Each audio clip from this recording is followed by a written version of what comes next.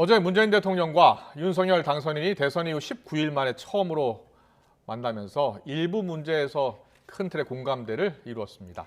새 정부의 내각 구성도 속도를 내고 있습니다. 윤 당선인 측은 총리 발표 일정을 4월 초 인사 발표를 위해 막바지 인선 준비에 최선을 다하겠다고 밝혔습니다. 하루에 다르게 달라지는 전국 현안을 임태희 윤석열 당선인 특별고문과 짚어보겠습니다. 어서 오세요. 네, 안녕하세요. 네. 어제 문 대통령과 윤 당선인의 회동부터 좀 짚어보겠습니다. 예. 어제 보셨죠? 이명박 대통령 당시에 이제 비서실장도 지내시고 당선인 비서실장도 지내셨죠? 네네. 네, 어제 회동 어떻게 보셨어요? 어제 회동은 사실은 좀 너무 늦은 거죠. 너무 벌써 늦었죠. 됐어야 될 내용이고 예.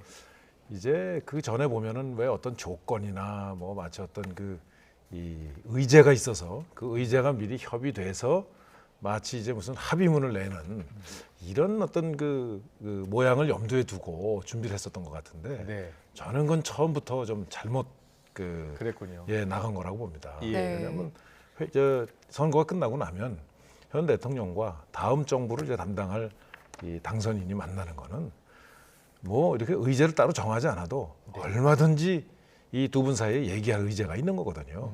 그거는 기록할 수 있는 것도 있고 기록할 수 없는 것도 있고 이제 그 나머지는 사실은 큰 기조 속에서 제일 중요한 인수인계에 대한 어떤 원활한 협조만 딱 원칙을 정하면 네. 그 나머지는 사실은 그 실무자들이 해야 될 일이죠. 그렇군요. 그런 점에서 어제 저는 좀 늦었지만 그래도 이 분위기 좋게 네. 잘 진행된 어제 회담이다.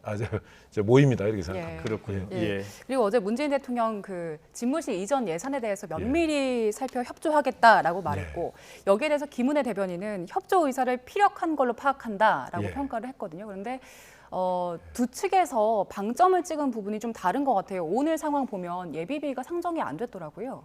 중요한 것은 예. 이제 용산으로 이전하느냐 안 하는 문제는 이거는 차기 흔히 당선인의 몫이다. 예. 이렇게 정리한 게 이제 중요한 거고. 그러니까 용산으로 이전하는 거 반대하지 않는다. 뭐 그렇게 결심했다면 동의한다 하는 게 이제 중요한 하나 사실이고. 그렇군요. 두 번째로는 어떻든 거기에 상대 기관이 국방부나 합참이 아니었으면 제가 볼 때는 굉장히 원활했을 거예요. 큰 문제가 없었을 거예요. 예. 근데 국방부나 합참과 관련된 내용은 사실 대외적으로 국민들께 일일이 설명드릴 수 없는 이런 사항들이 거기에 포함됐다고 저는 생각합니다. 포함될 수 있다고 생각합니다. 예. 당선 인수위에서는 496억 원 예비비 그렇죠. 상정되기를 좀 바랬었는데 그렇죠. 물론 이제 협상을 해야 되죠. 이철희 수석하고 장재원 실장이 네네. 또 협의를 하게 될 텐데 예비비 상정이 잘 이루어질 것 같습니까? 어떻게 보세요? 그래서 이제 그 초기에 이 청와대에서 입장이 나왔듯이 이 문제는 안보나 이런 부분에 연속적으로 이게 파급 효과를 미치는 사안이니까 면밀하게 준비를 해야 된다. 그리고 거기에 예를 들면 뭐 경호와 관련된 여러 가지 방호 조치, 경호와 관련된 보안 조치 이런 게 저도 이제 실장을 하면서 경호처에 대한 업무를 받아보면 일반인들은 도저히 알 수 없는 이런 내용들이 많이 있어요. 그거 공개할 수가 없죠. 그렇기 때문에 그런 내용들까지 이렇게 보고를 받은 이 문재인 대통령 그 입장에서는 이런 내용들이 굉장히 꼼꼼히 짚어져야 될 텐데 용산으로 가되 그런 부분들에 대해서 아주 실무 협의를 꼼꼼하게 해서 차질 없도록 하는 게 중요하다. 그렇군요. 그렇게 해서 가령 인수위원회하고 지금 해당되는 부서들하고 섬세한 내용들이 다 면밀하게 조율이 된다면 그건 당연히 지원한다 그렇군요. 하는 뜻이죠. 근데 어설프게 이게 만약에 진행이 될 경우에는 그 부담은 두 분이 같이 지게 되거든요. 그래서 그런 점들을 현직 대통령께서는 더 이 사안들에 대해서 많은 그런 내용들을 아실 수 있는 입장이 있기 때문에 저는 그렇게 했다고 이렇게 해석합니다. 네, 그리고 어제 회동에서 이명박 전 대통령 사면에 대해서는 거론이 되지 않았다고 하는데 거기에 대한 아쉬움 같은 건 없으셨습니까? 누구? 제 입장에서요? 예. 저는 제가 이명박 대통령을 모셨던 입장에서 작년 12월부터 사실은 계속 아쉬웠습니다. 이거는 벌써 좀 했었어야 될 문제인데, 근데 어제 제가 볼 때 이 문제는 조금 사실은 이 논의해서 이건 풀 문제는 아닙니다. 만약에 이 그동안에 그 공개적으로 이 공방이 없었다면 가령 어제 같은 분위기에서 이 문제가 사실 좀 한번 정리가 돼야 될 문제로 생각하는데 좀 한번 염두에 두시고 네. 한번 결심해 주시죠. 뭐 이렇게 사실은 당선인이 만약에 할 수도 있는 분위기인데 지금은 이게 잘못해가지고 공개가 돼 버리고 뭐 마치 이게 또 무슨 다른 분의 사면복권하고 예. 얽혀 있는 이게 의제처럼 되니까 저는 어제 이 문제를 가지고 토의하기에는 아마 좀 적절치 않은 어제 그 상황이지 않았나 이렇게 봅니다. 그러나 그렇군요. 예, 이 문제만은 사실은 그 현 문재인 대통령님의 정치적 결단으로만 해결할 수 있는 거기 때문에 네네. 예, 그런 이 입장을 감안해서 이 문제는 실무적으로 건의드릴 만큼 건의드렸기 때문에 네. 저는 좀 기다려보는 게 맞다 이렇게 생각합니다. 문 예. 대통령의 임기가 이제 2달도 남지 않아서 결국 대통령의 몫이다라고 이야기해 예, 주셨는데 대통령이 결단하지 않는다면 윤석열 당선인의 몫이 되는 거 아니겠습니까? 당연히 그런 거죠. 예. 예, 이거는 어떻든 이 전직 대통령에 대한 특별 사면은 이거는 그 대통령의 아주 고도의 정치 행위로 예. 봐야 됩니다. 예. 예, 그렇기 때문에 이 문제에 대해서는 저는 이제 이 작년에 박근혜 대통령에 대한 이 사면이 국민 통합 차원에서 있었기 때문에 국민 통합 차원이라면 이거를 구분하지 말고 한 번에 이건 해도 뭐 조금 그 문재인 대통령께 큰 어떤 이 비난 여론은 없지 않을까 하는 사실은 저는 추측을 했습니다. 네. 예, 그래서 참 아쉽게 생각을 했었죠. 예. 자, 이제 전국 현안에 대해서 좀 짚어보겠습니다. 지금 국무총리 인선에 대해서 다음 달 초쯤에는 마무리가 될 것이다라는 보도들 네, 나오고 있는데 예. 많은 분들이 하마평에 오르내리고 있더라고요. 네, 그러니까 네. 어떻게 보고 계십니까, 이 상황? 이번 국무총리는 굉장히 중요하죠. 네. 왜 그러냐 하면 우선 국회의 인준을 거쳐야 되기 때문에 예. 이제 민주당과의 인준 가능성이 제가 볼 때는 적지 않은 고려 요소가 될 것이다. 예. 그래서 아주 정치적으로나 아니면은 민주당에서 내놓고 반대하는 인물을 세우는 것은 이건 정치적으로 그렇군요. 정말 처음 임기를 시작하는 이 네. 당선인께 큰 부담이 아닐 수 없죠. 예. 그런 예. 점. 두 번째로는 지금 사실은 여러 가지 민생 문제가 좀 많습니다.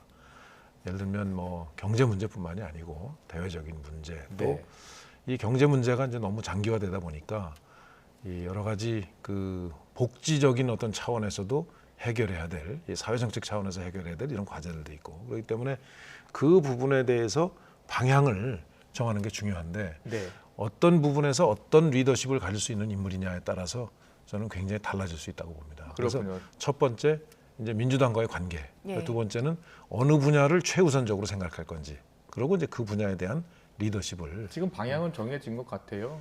코로나로 워낙 경제가 어려워졌고 전 세계적으로도 지금 위기를 맞고 있기 때문에 경제 대통령, 네, 경제 총리 예, 이걸 예. 강조하고 있지 않습니까? 예. 그래서 경제 총리가 하마평에 많이 올라서 한덕수, 진대재, 박용만 전 예. 회장 등이 거론되고 있는데 다시 또 이제 민주당 인준 네. 통과를 위해서는 또 통합형 총리가 하마평에 많이 올라서 네.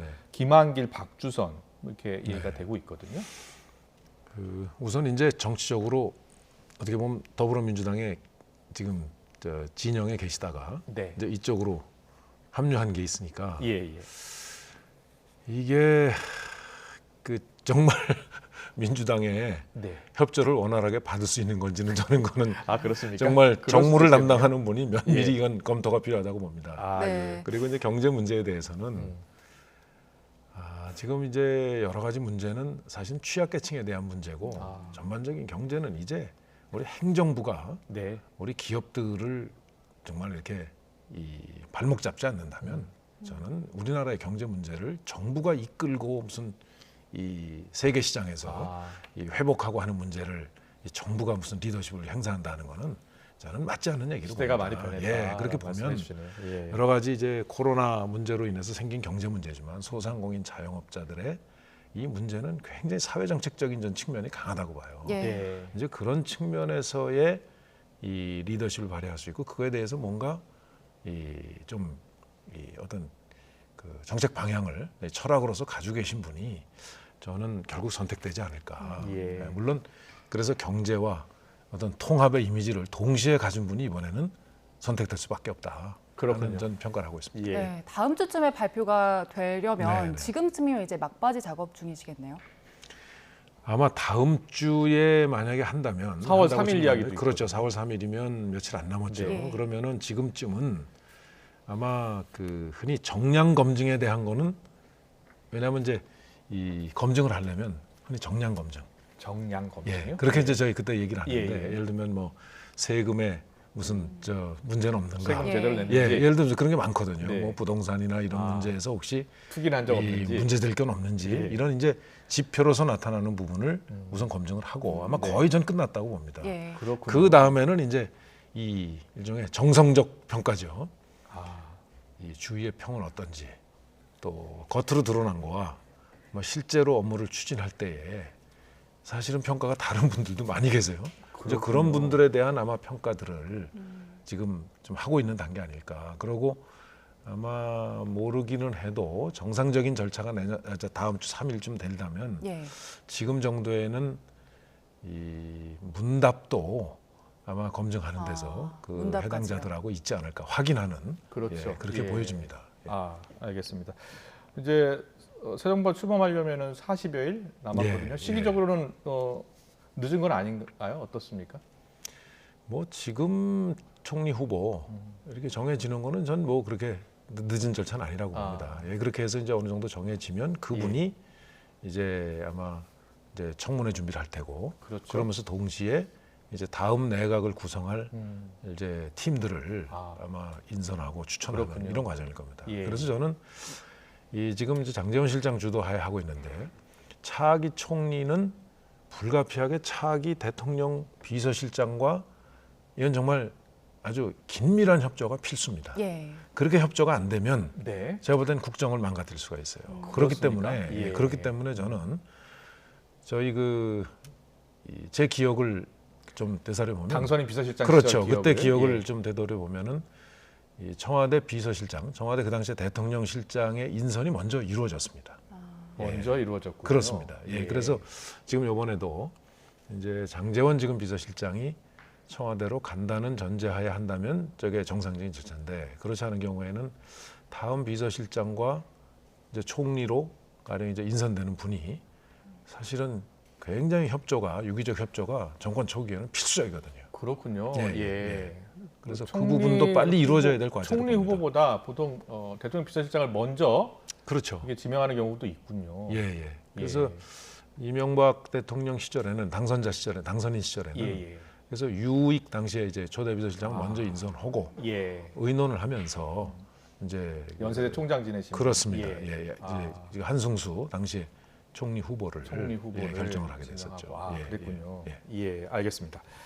예, 그리고 지금 주제를 좀 바꿔서요. 김정숙 여사 옷값 공개 여부를 두고 지금 논란이 일고 있는데 네. 일단 청와대에서는 특수활동비를 안 쓰고 사비로 사용을 네. 했다라고 밝힌 상황이고 예, 그럼에도 예. 불구하고 법원에서는 일단 공개하라고 밝힌 예. 상황이잖아요. 그래서 지금 법원이 이걸 공개하라고 판결을 내린 이유에 대해서는 어떻게 보세요? 예. 지금 제가 이 총장 할 때 보면은 네. 총장의 모든 활동비는 100% 다 공개합니다. 대학교 총장 하실 때. 그러면요. 예. 예. 그래서 이 특별활동비 특활비의 경우에는 아마 조금 그 공개할 수 없는 부분이 포함된 걸로 알고 있어요. 예. 그래서 저게 어떻게 옷값과 연계가 돼가지고 특활비로 뭐 썼느냐 안 썼느냐 하는 그 시비가 벌어지는지 모르겠는데 만약에 저게 연관이 된다면 저건 사실은 굉장히 문제가 있죠. 예, 문제가 있을 수 있다고 봅니다. 그래서 저 부분은 저는 청와대에서 또 법원에서도 그렇게 판결한 만큼 저건 오히려 시간을 끌면 끌수록 저는 국민들께는 그 불필요한 오해가 오히려 네. 예, 사실과 다르게 커질 수도 있는 만큼 저 문제는 좀 청와대에서도 굉장히 좀 그 현명하게 대처를 하는 게 좋겠다. 그렇군요. 제가 만약 실장이라면 저 문제는 예. 그렇게 처리했을 것 같습니다. 이명박 정부 때 김윤옥 여사 네. 관련해서는 뭐 네. 옷값 같은 이런 논란이 없었나요? 그때는 어땠습니까? 그 당시에 그 여사님 같은 경우에는 네. 뭐 대체로 그냥 가지고 계신 그 평상시 의복을 많이 활용을 하시고 예.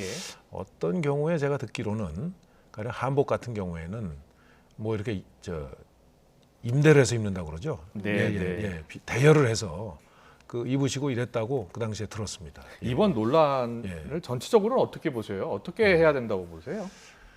저는 뭐 경우에 따라서 예. 이 개인이 아니기 때문에 가령 국가 의전 행사를 간다든가 네네. 외국에 가령 이 어떤 그 방문을 한다든가 국빈 방문한다든가 하면은 부부동반으로 그거는- 많이 가잖아요. 그렇죠. 그거는 예. 개인이 아니란 말이죠. 그거는 국가를 대표해서 당당히 대통령의 영부인으로서 나가시는 거기 때문에 예. 저는 그거는 개인이 그 부담까지 다 지라는 거는 네, 그건 네. 맞지 않다고 봅니다. 예. 그래서 혹시 그런 거라면 음. 저는 오히려 적절하게 공개하고 이 부분은 이런 필요 때문에 이렇게 했습니다. 네. 하고 설명해도 전 국민이 충분히 납득할 수 있지 않을까 이렇게 생각합니다. 알겠습니다. 네. 그리고 이제 지방선거가 얼마 안 남아서 네. 분위기가 무르익고 있는 상황인데 예, 예. 지금 대선 이후에 치러지는 지방선거인데 네. 대선 결과가 워낙 박빙이었잖아요. 예, 그렇기 예, 때문에 결과에 대해서 어떻게 예측을 하는지도 좀 궁금하거든요. 아, 이거 참 어려운데요. 저도 이제 지방선거 준비하면서 예. 민심 보면 저는 이 인수위원회, 이 인수인계 과정의 이 활동이 아주 절대적인 영향을 미치리라고 봅니다. 예. 만약에 어떤 이 불필요한 어떤 주제를 가지고 가령 지금 인수위원회가 가령 국민들께 지지받지 못하는 이런 어떤 그 과정이 뭐 노출이 된다거나 네. 뭐 그런 게 발생한다거나 아. 하면 저는 지금 지난 지방선거 0.7% 차이는 네.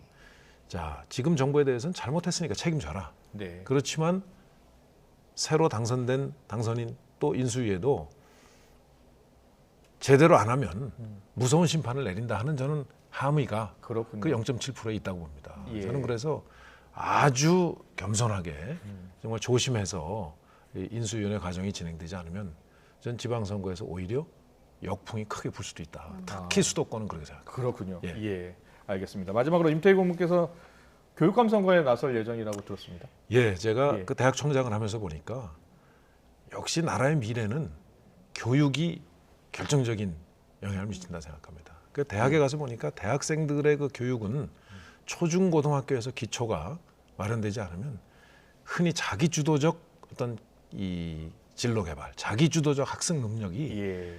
초중 고등학교에서 형성돼야 된다는 믿음 때문에 이거는 이 교육이 나라의 미래를 좌우한다는 신념을 가지고 네. 그런 결정을 저 나름대로 고민 끝에 하게 되었습니다. 알겠습니다. 오늘 말씀 여기까지 듣겠습니다. 지금까지 임태희 특별고문과 함께했습니다. 잘 들었습니다. 네, 감사합니다.